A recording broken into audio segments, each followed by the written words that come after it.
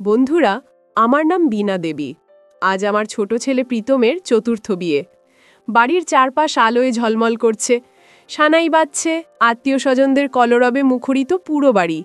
কিন্তু এই আনন্দের মাঝেও আমার বুকের ভেতরটা অজানা এক শঙ্কায় ভরে উঠছে। আমি প্রীতমের মা, অথচ আজ ছেলের বিয়েতে আমার মুখে হাসি নেই, আছে কেবল এক বুক চাপা দুশ্চিন্তা। এর আগে ৩ বার প্রীতমের বিয়ে হয়েছে এবং ৩ বারই বাসর রাতের পরদিন সকালে কনেরা আতঙ্কিত অবস্থায় বাড়ি ছেড়ে চলে গেছে। কেউ আলাদা থাকার সিদ্ধান্ত নিয়েছে, কেউ মানসিকভাবে চাপ অনুভব করেছে, কিন্তু কেউই বলতো না সেই রাতে বন্ধ দরজার ওপাশে ঠিক কী ঘটেছিল। আজ চতুর্থবার আমি আশা নিয়ে দাঁড়িয়ে আছি, হয়তো এবার সব ঠিক হবে, অথবা হয়তো আমার শেষ বিশ্বাসটুকুও টিকে থাকবে না। আমার ছেলে প্রীতম দেখতে সুদর্শন, শিক্ষিত এবং ভদ্র, তবু তার জীবনে নেমে এসেছে অদ্ভুত এক সংকট। প্রীতমের প্রথম বিয়ের স্মৃতি আজও আমাকে তাড়া করে। সেবার ধুমধাম করে বিয়ে দিয়েছিলাম এক সম্ভ্রান্ত পরিবারের শিক্ষিতা মেয়ের সাথে। মেয়েটি ছিল আমার মেয়ে অর্পিতার বান্ধবী। বিয়ের দিন প্রীতমকে দেখে মনে হচ্ছিল যেন আলোয় ভরা কোনো স্বপ্ন, কিন্তু সেই রাতের অভিজ্ঞতা আজও ভুলতে পারি না। গভীর রাতে হঠাৎ প্রীতমের ঘর থেকে এক তীব্র চিৎকার শোনা গেল। আমরা সবাই ছুটে গেলাম, কিন্তু দরজা ভেতর থেকে লক করা ছিল। অনেক ডাকাডাকির পর দরজা খুলতেই দেখা গেল নতুন বউ এক কোণে বসে আছে, তার চোখে মুখে অস্বাভাবিক ভয়। সে শুধু বলতে থাকলো, আমি ভালো নেই, আমাকে যেতে দিন। আমরা কিছুই বুঝতে পারলাম না। প্রীতম শান্তভাবেই বসেছিল, যেন কিচ্ছু হয়নি। পরদিন সকালেই মেয়েটি চলে গেল এবং আর ফিরে আসেনি। সেই ঘটনার পর সমাজে নানা কথা শুনতে হয়েছিল। কেউ বলতো প্রীতম মানসিক চাপে আছে, কেউ বলতো সে কোনো জটিল সমস্যার মধ্যে দিয়ে যাচ্ছে। কিন্তু আমি মা হয়ে ছেলেকে বিশ্বাস করেছিলাম, ভেবেছিলাম হয়তো মেয়েটিরই ভয় পেয়েছিল। তাই কিছুদিন পর আবার বিয়ের আয়োজন করলাম। দ্বিতীয় বিয়েতে মেয়েটি একটু বেশি বয়সী, ভাবলাম পরিণত মেয়ে সব দুঝে নেবে। কিন্তু সেই একই ঘটনার পুনরাবৃত্তি ঘটল। একই চিৎকার, একই ভীতি, আর পরদিন সিদ্ধান্ত নিয়ে চলে যাওয়া। আমার সাজানো স্বপ্ন একের পর এক ভেঙে পড়তে লাগলো। প্রীতমও দিন দিন একা হয়ে যাচ্ছিল, কারোর সাথে কথা কম বলতো, নিজের ঘরেই বেশি সময় কাটাতো। আজ আবার সেই বিয়ের সানাই বাজছে। এবারের পাত্রী উষা, খুব সাধারণ পরিবারের মেয়ে, কিন্তু অত্যন্ত শিক্ষিতা, নম্র এবং বুদ্ধিমতী। আমি উষার বাবা মাকে সবকিছু খোলাখুলি বলিনি, শুধু আগের 3টি বিবাহ টেকেনি বলেই জানিয়েছি। আমি জানি এটা পুরো সত্য বলা হয়নি, কিন্তু এক মায়ের ভরসা আর ভয় আমাকে ওই সীমায় আটকে রেখেছিল। উষার দিকে তাকালে আমার মনে মায়া হয়। মেয়েটা কত আশা স্বপ্ন নিয়ে আজ এই বাড়িতে এসেছে, কিন্তু আমি কি তাকে অজান্তেই সমস্যার দিকে ঠেলে দিচ্ছি? প্রশ্নটা আমাকে ভিতর থেকে কুড়ে কুড়ে খাচ্ছে। তবুও মনে আশা রাখলাম, হয়তো উষাই পারবে এই রহস্যের সমাধান করতে। রাত গভীর হল, অতিথিরা একে একে বিদায় নিচ্ছে। আমি উষাকে প্রীতমের ঘরে পাঠানোর আগে তার হাতটা শক্ত করে ধরলাম। উষার হাত কাঁপছিল। আমি তাকে বললাম, মা উষা, যাই হোক না কেন, নিজেকে শান্ত রাখবে, আমি তোমার পাশে আছি। উষা আমার দিকে তাকিয়ে হালকা হাসল। সেই হাসিতে ছিল সাহস। উষাকে ঘরে পাঠিয়ে আমি নিজের ঘরে ফিরলাম, কিন্তু ঘুম আসছিল না। ঘড়ির কাঁটার দিকে তাকাচ্ছি বারবার। রাত 12টা, 1টা, চারিদিক নিস্তব্ধ। হঠাৎ প্রীতমের ঘর থেকে সেই পরিচিত তীব্র শব্দ শোনা গেল। মনে হলো কেউ গভীর মানসিক অস্থিরতার মধ্যে নিজের সাথে লড়াই করছে। আমি আর অর্পিতা দৌড়ে গেলাম, কিন্তু দরজা ভেতর থেকে লক। আমি দরজায় কান পাতলাম। ভেতর থেকে গুছানো অগুছানো শব্দ আসছে, যেন কেউ অস্বস্তিতে আছে, কেউ আবার নিজেকে সামলানোর চেষ্টা করছে। আমার শরীর কাঁপতে শুরু করল। আমি চিৎকার করে ডাকলাম, প্রীতম, উষা, দরজা খোলো। কিন্তু কোনো সাড়া নেই। মা মেয়ে মিলে দরজায় ধাক্কা দিলাম, কিন্তু দরজা খুলল না। কিছুক্ষণ পর ভেতরের শব্দ থেমে গেল। এই নীরবতাই আরও বড় উদ্বেগ তৈরি করল। আমি ভাবতে লাগলাম, উষা কি ভালো আছে? এই ঘটনার শেষ কোথায়? রাতের শেষ প্রহরে প্রথম ভোরের আলো ফুটতে না ফুটতেই দরজাটা ধীরে খুলে গেল। আমি আর অর্পিতা উঠে দাঁড়ালাম। উষা বেরিয়ে এলো। তার পরনে বিয়ের শাড়ি, এলোমেলো, চোখে মুখে গভীর ক্লান্তি। কিন্তু আশ্চর্যভাবে তার মধ্যে ভয় ছিল না। সে পালাতে চাইল না। সে শান্ত গলায় বলল, মা, আমি সব বুঝে গেছি। এই কথায় আমার বুক হিম হয়ে গেল। কি জেনেছে উষা? প্রীতমের অবস্থার সত্যটা নাকি আরও গভীরে লুকানো কোনো রহস্য? কিন্তু আমি বুঝলাম আজ থেকে আমাদের জীবনের সত্য উন্মোচনের পথ শুরু হতে চলেছে। উষার মুখে আমি সব জেনে গেছি কথাটা শুনে আমার হৃৎস্পন্দন বেড়ে গেল। আমি তার হাত ধরে বললাম, কি জেনেছিস মা? কি হয়েছে কাল রাতে? প্রীতম কোথায়? উষা কোনো উত্তর দিল না, শুধু ইশারা করে ঘরের দিকে দেখালো। আমি ধীর পায়ে ঘরের ভেতর ঢুকলাম। দেখলাম প্রীতম বিছানায় অঘোরে ঘুমাচ্ছে। কিন্তু ঘরের অবস্থা দেখে মনে হলো এখানে যেন ঝড় বয়ে গেছে। আসবাবপত্র এলোমেলো, মেঝেতে কাচের টুকরো ছড়িয়ে আছে। সবচেয়ে অদ্ভুত বিষয় হলো প্রীতমের ড্রেসিং টেবিলের সামনে কিছু প্রসাধনী সামগ্রী পড়ে আছে, যা উষার নয়।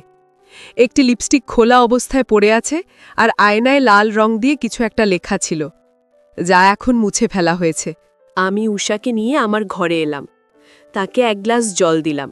উষা জল খেয়ে একটু শান্ত হলো। আমি বললাম, উষা, আমাকে সব খুলে বলো, প্রীতম কি তোমাকে কোনোভাবে অপমান করেছে?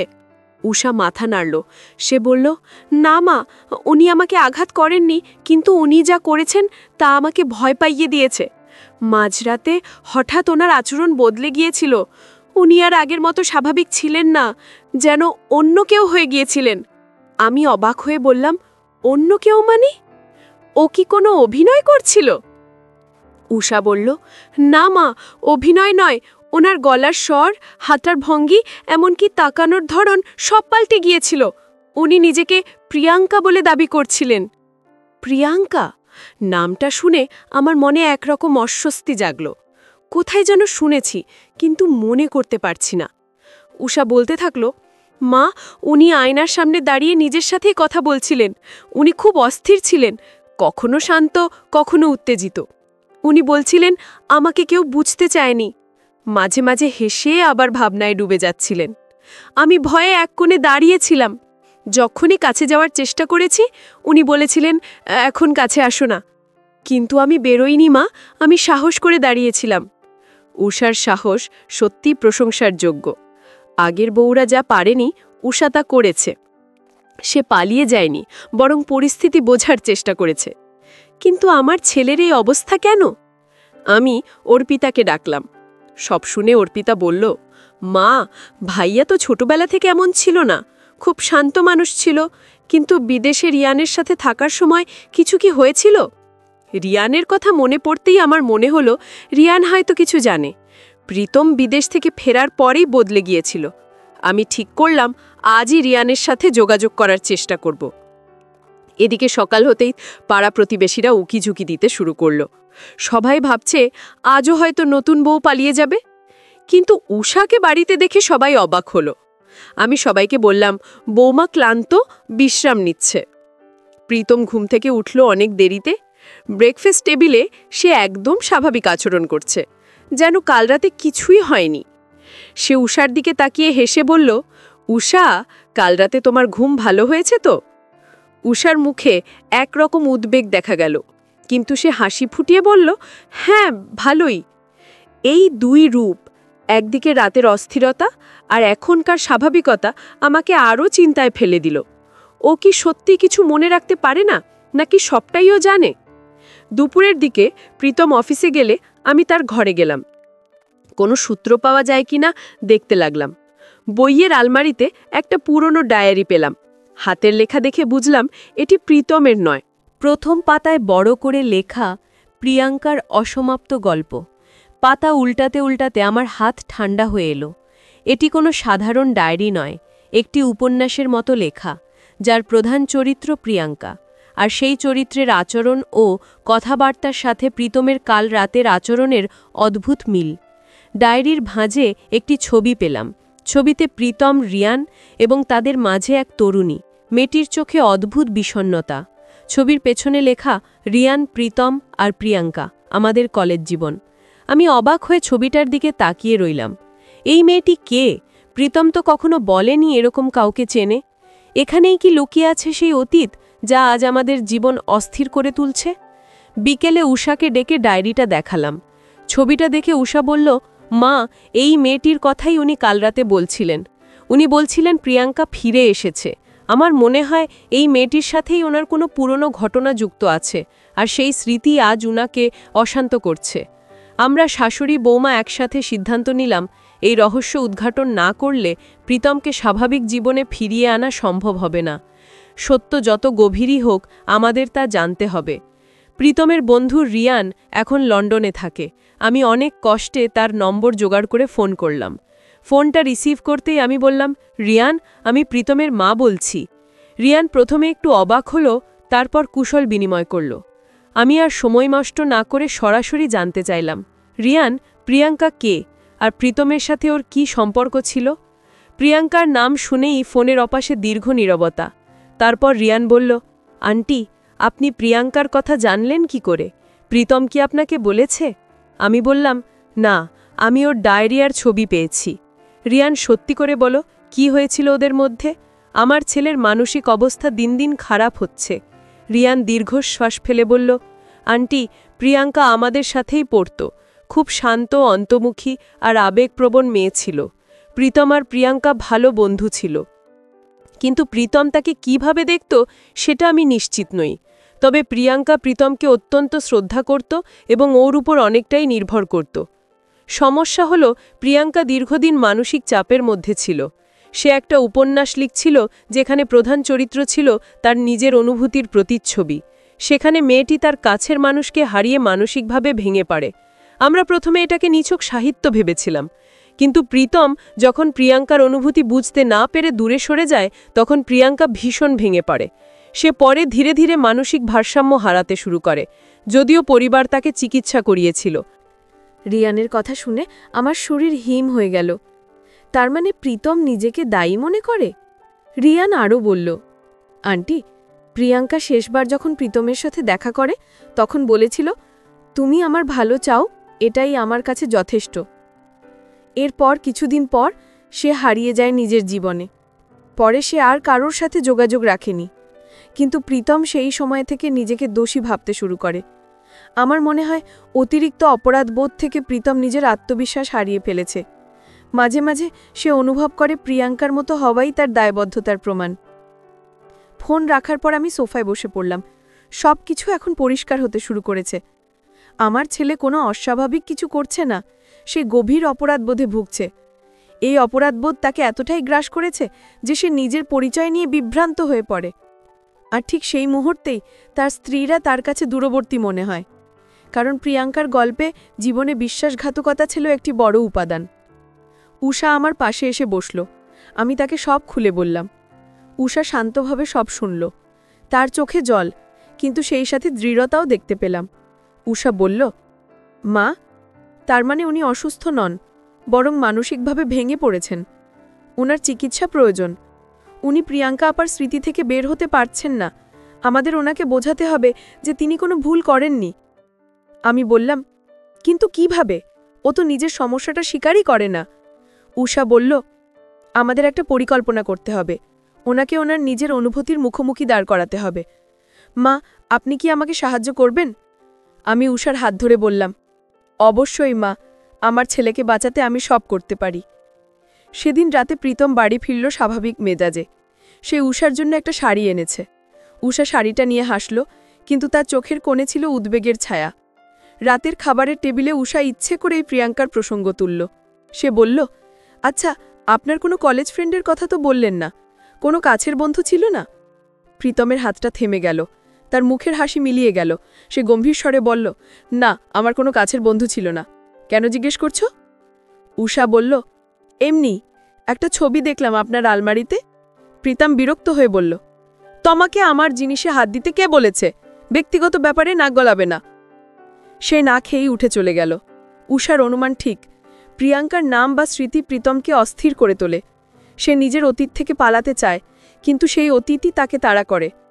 রাতে আমি আর উষা পালা করে জেগে রইলাম। প্রীতমের ঘর থেকে আজও অস্বস্তিকর শব্দ শোনা যাচ্ছিল, কিন্তু উষা ভেতরে গেল না। ডাক্তার বলেছিলেন, জোর করে কিছু করা যাবে না, তাকে ধীরে ধীরে স্বাভাবিক করতে হবে। কিন্তু আমার ভয় ছিল, প্রীতম যদি আবেগের চাপে ভুল কিছু করে ফেলে। পরের দিন সকালে প্রীতম যখন অফিসে গেল, আমি আর উষা মিলে ওর ঘর থেকে প্রিয়াঙ্কার সেই উপন্যাসটা বের করলাম।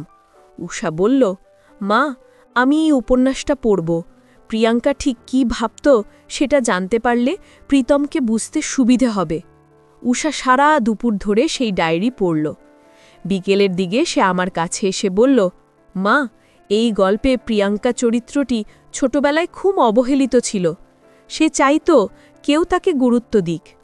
প্রীতম যখন প্রিয়াঙ্কার মতো আচরণ করে তখন সেও সেই গুরুত্বটা খোঁজে, কিন্তু যখন সে দেখে সামনে অন্য কোনো নারী, তার স্ত্রী আছে, তখন সে অস্থির হয়ে ওঠে, কারণ তার মনে হয় কেউ তার জায়গা দখল করছে।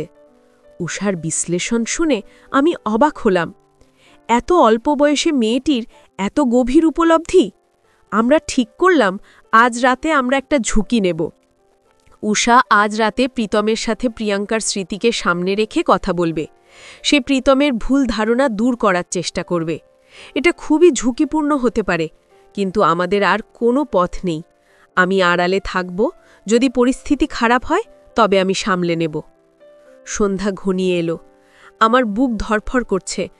আজ কি আমরা সফল হব, নাকি আরও বড় কোনো বিপদ ডেকে আনছে? রাত 10টা। প্রীতম অফিস থেকে ফিরেছে।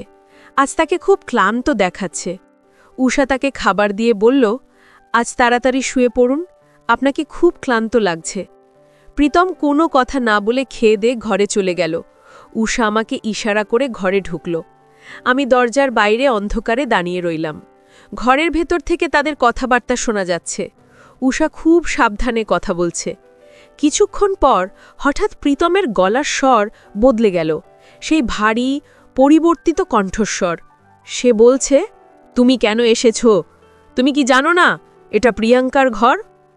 উষা খুব শান্ত গলায় বলল, আমি জানি প্রিয়াঙ্কা, আমি তোমার বন্ধু হতে এসেছি। তুমি তো একা, তাই না? প্রীতম প্রিয়াঙ্কার রূপে নিজের মনে বলল, একা? হ্যাঁ, আমি তো সব সময় একাই ছিলাম।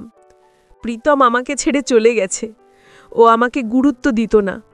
উষা বলল, প্রীতম তোমাকে ছাড়েনি প্রিয়াঙ্কা, ও তোমাকে নিজের ভেতরে লুকিয়ে রেখেছে। ও তোমাকে অনেক কষ্ট দিয়েছে, তাই না? প্রীতম হঠাৎ উচ্চস্বরে বলল, চুপ কর, তুমি কিছুই জানো না। প্রীতম আমাকে বুঝতে পারেনি। বাইরে দাঁড়িয়ে আমার হাত পা কাঁপছিল। আমার ছেলে নিজের সাথেই মানসিক লড়াই করছে। এটা দেখা যে কোনো মায়ের জন্য কতটা যন্ত্রণাদায়ক তা বলে বোঝানো যাবে না। উষা আবার বলল, কিন্তু প্রিয়াঙ্কা, প্রীতম তো নিজেও কষ্ট পাচ্ছে। তুমি কি চাও প্রীতমও হারিয়ে যাক? তুমি তো তাকে শ্রদ্ধা করতে। এই কথাটা শুনে প্রীতম চুপ করে গেল। ঘরের ভেতর পিন পতন নীরবতা। কিছুক্ষণ পর কান্নার আওয়াজ শোনা গেল। প্রীতম কাঁদছে, এবং সেটা ছিল গভীর মানসিক যন্ত্রণার কান্না। উষা তাকে সান্ত্বনা দিচ্ছে, কাঁদবে না প্রিয়াঙ্কা, আমি আছি তো, তোমার সব কষ্ট আমাকে দিয়ে দাও। এই দৃশ্যটা আমার চোখে জল এনে দিল। উষা কত বড় মনের পরিচয় দিচ্ছে। সে তার স্বামীর মানসিক ভেঙে পড়া অবস্থাকে ঘৃণা না করে তাকে শক্ত করে ধরে আছে। হঠাৎ প্রীতম উষাকে সরিয়ে দিল। সে বলল, তুমি সত্যি বলছো না? কেউ আমাকে বুঝতে চায় না, তুমি এখান থেকে যাও। তখন ভেতরে অস্থিরতার শব্দ শোনা গেল। আমি আর দাঁড়িয়ে থাকতে পারলাম না, দরজা ঠেলে ভেতরে ঢুকলাম। আমাকে দেখে প্রীতম থমকে গেল। তার চোখে বিস্ময় আর ক্রোধ। সে আমার দিকে তাকিয়ে বলল, তুমি তুমি কি আমাকে বোঝার চেষ্টা করছো, নাকি আমাকে ভুল প্রমাণ করতে চাইছো? আমি শক্ত গলায় বললাম, প্রীতম, তুমি প্রিয়াঙ্কা নও, তুমি আমার ছেলে। প্রিয়াঙ্কা এখন অন্য জীবনে এগিয়ে গেছে। কেন তুমি নিজের উপর অতিরিক্ত চাপ দিচ্ছিস? প্রীতম দুহাতে মাথা চেপে ধরে মেঝেতে বসে পড়ল। সে বিড়বিড় করতে লাগলো, না না, সবকিছু গোলমাল হয়ে যাচ্ছে। তার শরীর কাঁপতে শুরু করলো। মনে হলো তার ওপর দিয়ে প্রচণ্ড মানসিক চাপ বয়ে যাচ্ছে। উষা দ্রুত গিয়ে প্রীতমকে ধরে বলল, প্রীতম, আমার দিকে তাকান। আমি উষা, আপনার স্ত্রী। আমি আছি, আমি আপনাকে ছাড়ব না। দয়া করে স্বাভাবিক হন। প্রীতম উষার দিকে তাকিয়ে রইল। তার চোখে সেই অস্থির ভাবটা ধীরে ধীরে মিলিয়ে যেতে লাগল। সেই জ্ঞান হারিয়ে উষার কোলে ঢলে পড়ল। আমরা দুজনে মিলে তাকে বিছানায় শুইয়ে দিলাম। ডাক্তারকে ফোন করলাম। ডাক্তার এসে ওকে ওষুধ দিলেন এবং বললেন ও অত্যধিক মানসিক চাপে আছে, এখন ঘুম হবে। কিন্তু আজ যা ঘটেছে তা ওর চিকিৎসার গুরুত্বপূর্ণ ধাপ। ও তার ভেতরের অনুভূতি প্রকাশ করতে পেরেছে। ডাক্তার চলে যাওয়ার পর আমি আর উষা প্রীতমের পাশে বসে রইলাম। উষা আমার দিকে তাকিয়ে বলল, মা, আজ উনি আমাকে প্রিয়াঙ্কা ভেবে প্রতিক্রিয়া দেখাতে চেয়েছিলেন, কিন্তু যখন আমি তাকে আশ্বস্ত করলাম উনি থেমে গিয়েছিলেন। তার মানে ওনার অবচেতনে ভরসার প্রয়োজন আছে। আমি উষার মাথায় হাত রেখে বললাম, তুই আজ যা করলি তা আমি কোনোদিন ভুলব না মা। তুই আমার ছেলেকে নতুন আশার আলো দেখালি। কিন্তু আমাদের লড়াই এখনও শেষ হয়নি। প্রীতম জ্ঞান ফিরলে কেমন আচরণ করবে তা আমরা কেউ জানি না। সেদিন রাতে আমি এক মুহূর্তও ঘুমাতে পারিনি। ভোরের দিকে প্রীতম নড়ে চড়ে উঠল। সে চোখ মিলে পাকালো। এবার তার চোখ একদম স্বাভাবিক। সে আমাকে আর উষাকে পাশে বসে থাকতে দেখে অবাক হলো। দুর্বল গলায় জিজ্ঞেস করল, মা, তোমরা এখানে? কি হয়েছে আমার? আমার মাথাটা খুব ভার লাগছে। আমি বুঝতে পারলাম গত রাতের ঘটনার কিছুই ওর মনে নেই। একেই বলে মানসিক বিভ্রান্তির কারণে স্মৃতির ছাঁটাই হওয়া। আমি চোখের জল লুকিয়ে বললাম, কিছু না বাবা, তুমি একটু অসুস্থ ছিলে। এখন কেমন লাগছে? প্রীতম মাথা নেড়ে বলল, কিন্তু তার চোখে ছিল গভীর শূন্যতা। প্রীতমের চিকিৎসার জন্য আমরা একজন অভিজ্ঞ মনোরোগ বিশেষজ্ঞের পরামর্শ নিলাম। ডাক্তারবাবু বললেন, এটাকে বলে ডিসোসিয়েটিভ আইডেন্টিটি ডিসঅর্ডার বা বহু সত্তার সমস্যা। প্রীতম যখন প্রচণ্ড মানসিক চাপে থাকে বা কোনো নির্দিষ্ট ট্রিগার পায়, তখন সে প্রিয়াঙ্কার ব্যক্তিত্বে চলে যায়। ডাক্তার পরামর্শ দিলেন প্রীতমকে বোঝাতে হবে যে প্রিয়াঙ্কা আলাদা মানুষ ছিলেন এবং প্রীতম আলাদা। আর সবচেয়ে জরুরি হল প্রীতমের মনে উষার প্রতি বিশ্বাস তৈরি করা, কারণ ওর আগের স্ত্রীরা চলে যাওয়ায় ওর মনে একটি ধারণা জন্মেছে যে কেউ তার পাশে স্থায়ীভাবে থাকবে না। উষা খুব ধৈর্য ধরে প্রীতমের সেবা করতে লাগল। সে প্রীতমের সাথে বন্ধুর মতো মিশতে শুরু করল। প্রীতম অফিস থেকে ফিরলে উষা তার সাথে গল্প করত, তাকে হাসানোর চেষ্টা করত। প্রথম দিকে প্রীতম খুব একটা সাড়া দিত না, কিন্তু ধীরে ধীরে সে উষার সাথে সহজ হতে শুরু করল। একদিন ছুটির দিনে উষা প্রীতমকে বলল, চলুন না কোথাও ঘুরে আসি। প্রীতম প্রথমে রাজি ছিল না, কিন্তু উষার জেদে রাজি হল। আমরা সবাই মিলে কাছেই একটা রিসর্টে গেলাম। অনেক দিন পর প্রীতমকে হাসতে দেখলাম। প্রকৃতির মাঝে সে যেন নিজেকে খুঁজে পাচ্ছিল। কিন্তু সমস্যাটা হলো রাতে। রিসর্টে থাকার সময় মাঝরাতে আবার প্রীতমের ঘুম ভেঙে গেল। সে উঠে বারান্দায় দাঁড়িয়ে বিড়বিড় করতে শুরু করল। উষা জেগেছিল। সে খুব সাবধানে প্রীতমের পাশে গিয়ে দাঁড়াল। প্রীতম প্রিয়াঙ্কার সত্তায় বলল, দেখো, চাঁদটা কত সুন্দর, কিন্তু আমার জীবনটা এত অন্ধকার কেন? উষা বলল, অন্ধকার আছে বলেই তো আলোর এত কদর। তোমার জীবনেও আলো আসবে। প্রীতম উষার দিকে তাকালো।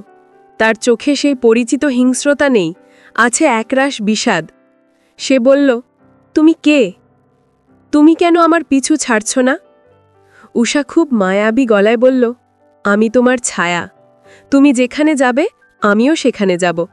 আমি তোমাকে ছেড়ে কোথাও যাব না। এই কথা যেন জাদুর মতো কাজ করল। প্রীতমের ভেতরের প্রিয়াঙ্কা সত্তাটা শান্ত হয়ে গেল। সে চুপ করে কিছুক্ষণ দাঁড়িয়ে থেকে আবার ঘরে গিয়ে শুয়ে পড়ল। পরদিন সকালে প্রীতম কিছুই মনে করতে পারল না, কিন্তু আমরা বুঝতে পারলাম উষার ভালোবাসা প্রীতমের অস্থির সত্তাটাকে জয় করতে শুরু করেছে। বাড়ি ফিরে আসার পর একদিন এক অদ্ভুত ঘটনা ঘটল। প্রীতমের অফিসের এক সহকর্মী বাড়িতে এলো। ভদ্রমহিলার নাম সুমিতা। সুমিতাকে দেখে প্রীতম হঠাৎ খুব অস্থির হয়ে পড়ল। সুমিতা হাসি খুশি মেয়ে। সে প্রীতমের সাথে কথা বলতে গেল, কিন্তু প্রীতম তাকে দেখেই বিরক্ত হয়ে বলল, তুমি কেন এসেছ? আপনারা সবাই সমান, ওদের বোঝার ধরন আলাদা। সুমিতা অপমানিত বোধ করে চলে গেল। আমি আর উষা অবাক হয়ে গেলাম। পরে বুঝলাম সুমিতার সাজগোজ বা কোনো আচরণ হয়তো প্রীতমের মনে প্রিয়াঙ্কার স্মৃতি বা কোনো নেতিবাচক ধারণা উস্কে দিয়েছে। উষা প্রীতমকে শান্ত করে জিজ্ঞেস করল, আপনি সুমিতার উপর রেগে গেলেন কেন? প্রীতম বলল, আমি জানি না, ওকে দেখে আমার খুব রাগ হচ্ছিল। মনে হচ্ছিল ও আমাকে উপহাস করছে। উষা প্রীতমের হাত ধরে বলল, সবাই আপনাকে উপহাস করে না, আমি তো আপনাকে শ্রদ্ধা করি, ভালোবাসি। আমাকেও কি আপনার তেমনই মনে হয়? প্রীতম উষার দিকে তাকিয়ে বলল, না, তোমাকে আলাদা লাগে। তুমি আমাকে ভয় দেখাও না, না ঘৃণা দেখাও। আমি তো একজন মানুষ যার সাহায্য দরকার। উষার উত্তরটা ছিল কোমল এবং কার্যকর। সে বলল, মানসিক অসুবিধা হলো একটি অবস্থান মাত্র। এটা আপনার সার্বিক অস্তিত্ব নয়।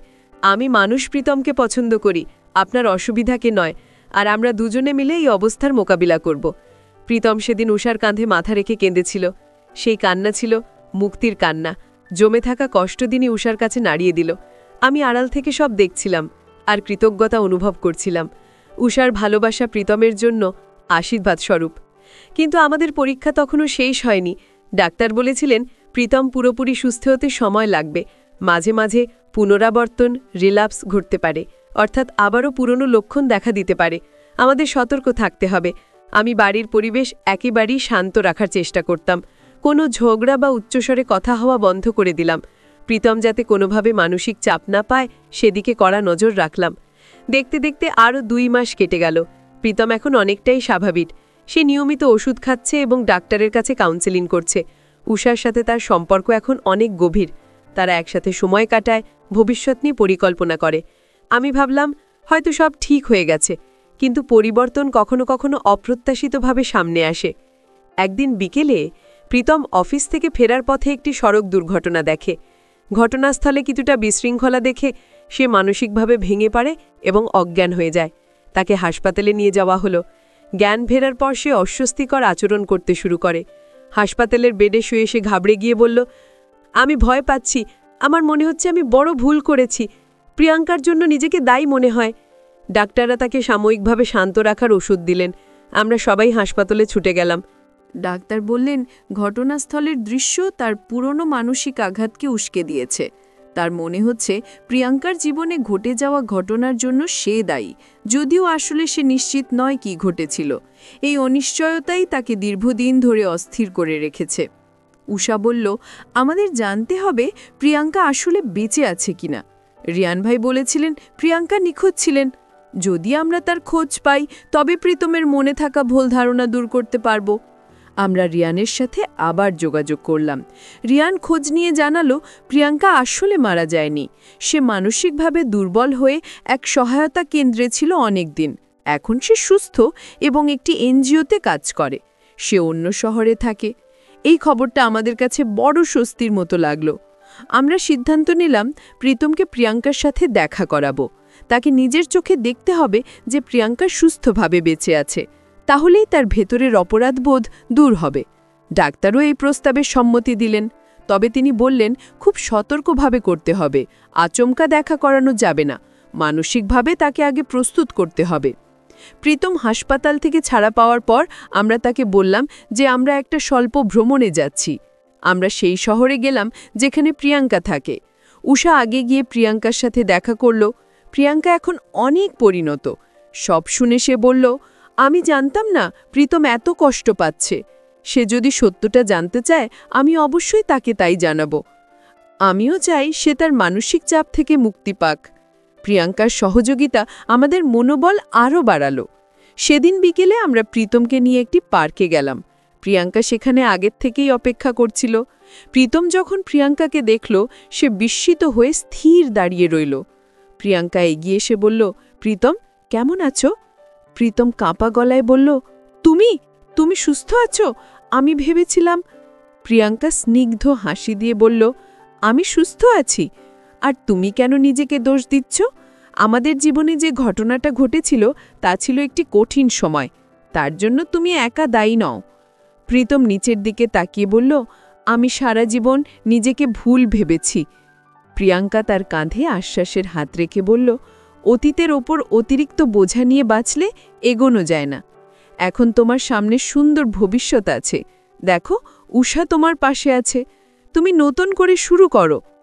প্রীতম ধীরে ধীরে উঠে দাঁড়ালো। সে উষার দিকে তাকালো। উষা এগিয়েছে, তার হাত ধরল। প্রীতম দেখল প্রিয়াঙ্কা ধীরে ধীরে সরে যাচ্ছে। সে আর তাকে থামালো না, কারণ সে বুঝল প্রিয়াঙ্কা তার অতীত আর উষা তার বর্তমান। সেদিন রাতে হোটেলে ফিরে প্রীতম খুব শান্ত মনে ছিল। সে উষাকে বলল, আজ আমার ভেতরটা অনেক হালকা লাগছে। মনে হচ্ছে এক বিশাল চাপ সরে গেছে। আমি লক্ষ্য করলাম প্রীতমের চোখে আর সেই ভয় বা অস্থিরতা নেই। সত্যের মুখোমুখি হওয়া সহজ ছিল না, কিন্তু সেটাই তাকে মুক্তি দিল। বাড়ি ফিরে আসার পর প্রীতম যেন নতুন মানুষ। সে এখন আর নিজেকে গুটিয়ে রাখে না। অফিসে মন দিয়ে কাজ করছে, সংসারের খোঁজ খবর নিচ্ছে। উষার সাথে তার সম্পর্ক এখন ভালোবাসায় পরিপূর্ণ। মাঝে মাঝে সে মজা করে বলে, উষা তুমি না থাকলে আমি হয়তো নিজেকে সামলাতে পারতাম না। উষা হেসে বলে, আপনি আগেও ভালো ছিলেন, আমি শুধু আপনার বিশ্বাসটাকে আরও দৃঢ় করে দিয়েছি। তাদের এই হাসি আনন্দ দেখে আমার মন ভরে যায়। তবে আমি একটা জিনিস লক্ষ্য করলাম, প্রীতম এখন আর সেই ডায়েরিটা পড়ে না। সেই ডায়েরিটা একটা বাক্সে ভরে স্টোররুমে রেখে দিয়েছে। এটা একটা ভালো লক্ষণ, সে তার অতীতকে সুন্দরভাবে সাজিয়ে রেখে দিয়েছে। একদিন প্রীতম আমাকে বলল, মা, আমি উষাকে নিয়ে একটু ঘুরতে যেতে চাই, এতদিনে তো কোথাও যাওয়া হলো না। আমি আনন্দে রাজি হলাম। ওরা কাশ্মীর যাবে ঠিক করল। যাওয়ার আগে প্রীতম আমাকে বলল, মা, তুমি আমার জন্য অনেক কষ্ট করেছ, কখনো কখনো তোমাকে চিন্তায় ফেলেছিলাম, আমাকে ক্ষমা করে দিও। আমি ছেলেকে জড়িয়ে ধরে বললাম, বোকা ছেলে, মায়ের কাছে কি ক্ষমা চাইতে হয়? তুই ভালো থাক, এটাই আমার একমাত্র চাওয়া। ওরা চলে গেল, বাড়িটা আবার ফাঁকা হয়ে গেল, কিন্তু এই শূন্যতায় এখন আর কোনো বেদনা নেই, আছে শান্তি। ওরা কাশ্মীর থেকে রোজ ভিডিও কল করত। প্রীতমকে বরফের মধ্যে আনন্দ করতে দেখে আমার ছোটবেলার কথা মনে পড়ে যেত। উষার মুখে হাসি দেখে বুঝতাম ওরা ভালো আছে। প্রীতমের মধ্যে আর সেই মানসিক চাপের কোনো লক্ষণ নেই, সে এখন সম্পূর্ণ স্বাভাবিক। ডাক্তারবাবুও চেক আপ করে বলেছেন প্রীতম এখন সুস্থ আছে, তবে নিয়মিত চেক আপে থাকতে হবে। ফিরে আসার পর প্রীতম একটা ছোট্ট অনুষ্ঠান করল। সব আত্মীয় স্বজন বন্ধু বান্ধবকে দাওয়াত করল। রিয়ানও বিদেশ থেকে এলো। সবাই প্রীতমকে দেখে অবাক, যে ছেলে আগে চুপচাপ থাকত সে আজ সবার সামনে আত্মবিশ্বাস নিয়ে কথা বলছে। প্রীতম সবার সামনে উষার প্রশংসা করল। সে বলল, আমার জীবনে যখন কঠিন সময় এসেছিল তখন উষাই আমাকে সাহস দিয়েছে, ও না থাকলে আমি আজ এখানে দাঁড়িয়ে কথা বলতে পারতাম না। সবাই হাততালি দিল, আমার বুকটা গর্বে ভরে গেল। পার্টির শেষে রাতে আমি শুয়ে আছি, হঠাৎ দরজায় টোকা। প্রীতম আর উষা এসেছে। ওরা আমার পায়ের কাছে বসল। প্রীতম বলল, মা, আমরা একটা সিদ্ধান্ত নিয়েছি, আমরা প্রিয়াঙ্কার এনজিওতে কিছু টাকা সাহায্য করব, যাতে ওরা মানসিক স্বাস্থ্যসেবার কাজে আরও সহায়তা করতে পারে। আমি বললাম, খুব ভালো সিদ্ধান্ত বাবা, অন্যের উপকারে আসা তো মহৎ কাজ। সেই রাতে আমি অনেক দিন পর নিশ্চিন্তে ঘুমালাম, কোনো ভয় নেই, কোনো দুশ্চিন্তা নেই। শুধু জানলার বাইরে ঝিঝি পোকার ডাক আর এক রাশ শান্তি। আমি বুঝলাম, জীবনের সব সমস্যার সমাধান এড়িয়ে যাওয়াই নয়, সাহস করে এগুলোর মুখোমুখি হওয়ার মধ্যেই আসল শক্তি লুকানো থাকে। আমার ছেলে আর বৌমা সেটা প্রমাণ করেছে। আজ সকালটা অন্যরকম। জানালা দিয়ে রোদ এসে আমার বিছানায় পড়েছে, পাখির ডাক শুনছি। প্রীতম আর উষা আজ সকালে উঠে আমার জন্য চা করে এনেছে। আমরা বারান্দায় বসে চা খাচ্ছি। প্রীতম খবরের কাগজ পড়ছে, উষা গাছে জল দিচ্ছে। কি সুন্দর একটা দৃশ্য! এই দিনটার জন্যই তো আমি এত বছর অপেক্ষা করেছি। আমার সংগ্রাম, আমার চোখের জল, আমার ধৈর্য সব সার্থক হয়েছে। বন্ধুরা, আমার এই গল্পটা শুধু একটি রহস্য বা অজানা ঘটনার গল্প নয়, এটি একটি জীবন যুদ্ধের গল্প। আমার ছেলে প্রীতম কোনো অদৃশ্য শক্তির শিকার ছিল না, সে শিকার ছিল তার নিজের মনের চাপের। মানসিক স্বাস্থ্য বা মেন্টাল হেলথ আমাদের সমাজে আজও একটি অবহেলিত বিষয়। কেউ যদি শারীরিকভাবে অসুস্থ হয় আমরা তাকে ডাক্তারের কাছে নিয়ে যাই, কিন্তু কেউ মানসিকভাবে অসুস্থ হলে আমরা তাকে ভুল বুঝি বা ভয় পাই। এতে রোগীর অবস্থা আরও খারাপ হয়। আমার ছেলের ক্ষেত্রেও তাই হয়েছিল। তার আগের স্ত্রীরা তাকে বুঝতে পারেনি, সঠিকভাবে পরিস্থিতি সামলাতে পারেনি, কিন্তু উষা তাকে বোঝার চেষ্টা করেছে। সে দূরে সরে না গিয়ে সমস্যার মূলে যাওয়ার সাহস দেখিয়েছে। ধৈর্য, ভালোবাসা এবং সঠিক চিকিৎসা, এই তিনটি জিনিসই পারে একজন মানসিক রোগীকে সুস্থ করে তুলতে। প্রীতম আজ সুস্থ কারণ তার পাশে পরিবার ছিল, সঠিক চিকিৎসা ছিল। গল্পের শেষে রহস্য উন্মোচন হল। প্রীতম কোনো ভয়ের কারণে নয়, সে ডিসোসিয়েটিভ আইডেন্টিটি ডিসঅর্ডার বা ডিআইডিতে ভুগছিল। তার অবচেতন মন নিজের ভেতরের চাপ কমাতে অন্য একটি চরিত্র তৈরি করেছিল। যখন সে প্রিয়াঙ্কার মুখোমুখি হল এবং জানতে পারল যে সে দোষী নয়, তখন তার মন সেই অতিরিক্ত মানসিক চাপ থেকে মুক্তি পেল। বন্ধুরা, গল্পটি শেষ করার আগে আপনাদের একটি কথাই বলবো, আপনাদের আশেপাশে যদি এমন কাউকে দেখেন যার আচরণ অস্বাভাবিক, তাকে ভুল বুঝবেন না বা দূরে ঠেলি দেবেন না, তার পাশে দাঁড়ান। হয়তো তার একটু সহানুভূতি আর সঠিক চিকিৎসার প্রয়োজন। মানসিক অসুস্থতা কোনো দোষ নয়, এটি অন্য যে কোনো রোগের মতোই একটি রোগ। সঠিক সময় চিকিৎসা হলে মানুষ সম্পূর্ণ সুস্থ হতে পারে। আমার গল্প এখানেই শেষ। আপনাদের কেমন লাগলো কমেন্টে জানাবেন। আমার ছেলে প্রীতম আর বৌমা উষা আজ সুখে সংসার করছে। তাদের জন্য দোয়া করবেন, আর হ্যাঁ, নিজেদের মানসিক স্বাস্থ্যের যত্ন নেবেন। ভালো থাকবেন, সুস্থ থাকবেন। দেখা হবে পরবর্তী কোনো গল্পে। বন্ধুরা, গল্পটি ভালো লাগলে লাইক, শেয়ার এবং সাবস্ক্রাইব করতে ভুলবেন না। সবাইকে ধন্যবাদ।